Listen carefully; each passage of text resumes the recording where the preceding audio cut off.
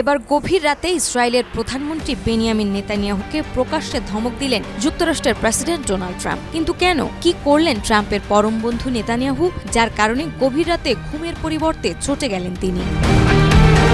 গাজায় যুদ্ধবিরতি এবং জিম্মিদের মুক্তির লক্ষ্যে দ্রুত চুক্তি করতে নেতানিয়াহুর প্রতি কড়া ভাষায় আহ্বান জানিয়েছেন মার্কিন প্রেসিডেন্ট ডোনাল্ড ট্রাম্প। রবিবার 29 জুন গভীর রাতে নিজের ট্রুথ সোশ্যাল অ্যাকাউন্টে ট্রাম্প লেখেন, গাজায় চুক্তি করুন, বন্দীদের ফিরিয়ে আনুন, টিজেটি। এই পোস্টে তিনি সরাসরি নেতানিয়াহুর উদ্দেশ্যে বার্তা দিয়ে যুদ্ধবিরতিতে সম্মত হওয়ার জন্য চাপ প্রয়োগ করেন।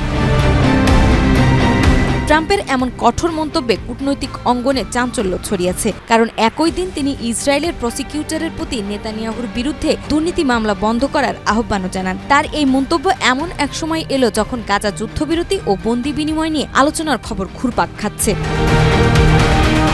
তবে ট্রাম্পের এই আশাবাদী মন্তব্যে ক্ষুব্ধ প্রতিক্রিয়া জানিয়েছে ইসরায়েলের কর্মকর্তারা। নাম প্রকাশে অনিচ্ছুক এক শীর্ষ কর্মকর্তা ইসরায়েলি গণমাধ্যমকে বলেন, ফিলিস্তিনি স্বাধীনতাকামী সংগঠন ও নেতানিয়াহু সরকারের মধ্যে এখনও কোনো বাস্তব অগ্রগতি হয়নি। উভয় পক্ষ নিজেদের অবস্থানে অনড়। এমন অবস্থায় যুদ্ধবিরতির সম্ভাবনা আপাতত নেই বললেই চলে।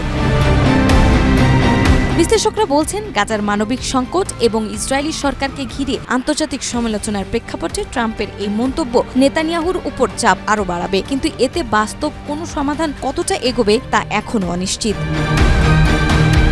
নাজমা, মাই টিভি।